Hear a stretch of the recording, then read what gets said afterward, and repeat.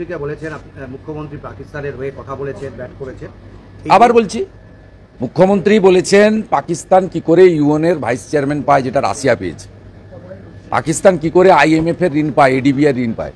মুখ্যমন্ত্রীর বক্তব্য তো বাইরে অডিও তো বহু লোক রেকর্ড করেছে, সবার কাছে তো আছে, আপনারা তো শুনেছেন, প্রসিডিংসে আছে। এটার মধ্য দিয়ে কি এসবের সঙ্গে ভারতীয় সেনাবাহিনীর সাফল্যর সম্মান জানানো বা পায়েলগামে হিন্দু চিহ্নিত করে খুনের সঙ্গে আইএমএফ এর ঋণ, ইউএনের ভাইস চেয়ারম্যান, এশিয়ান ডেভেলপমেন্ট ব্যাংকের ঋণের কি সম্পর্ক আছে বলুন তো?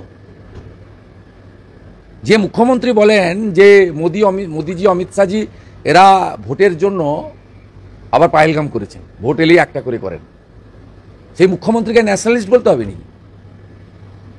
7 বার করেছে, 8 বার করেছে, করতে বলুন না তো, ওখানে তো আমাকে কৈফত চাইবে, আমি তার উত্তর দেবো। আর বাইরের কথা নিয়ে যদি বলে, তাহলে ফিরহাদ হাকিম যে কথাগুলো বলেছে, নরেন চক্রবর্তী যে কথাগুলো বলেছে, উদয়ন ঘোষ যে কথা বলেছে, আজকে বিধানসভার ভিতরে আমার কাছে রেকর্ডিং আছে, আউটসাইডে তো শোনা যায়, বলেছে আবার বলবো। মুখ্যমন্ত্রী যে কথা মাননীয় প্রধানমন্ত্রীর ব্যক্তিগত জীবন নিয়ে, তার প্রাক্তন মানে তার ফ্যামিলি নিয়ে যে কথাগুলো বলেছেন, সে কথাগুলো তো উনি বাইরে বলেছেন। এই স্পিকার কত রকম কথা বলেন। স্পিকার বলছেন আপনার বক্তব্য যদি দেখানো হয় তাহলে প্রিভিলেজের আওতায় বা বিধানসভার আওতায় মিডিয়াও চলে আসবে। আজ স্পিকার বলছেন যদি আপনার এই বক্তব্য দেখানো হয় খুব যাচাই করে দেখবেন, না হলে মিডিয়া ও সব ধমকানি ওনার দেখা আছে, ওনার তো আর 6 মাস আছে, সব ধমকানি দেখিয়ে কোনো লাভ নেই।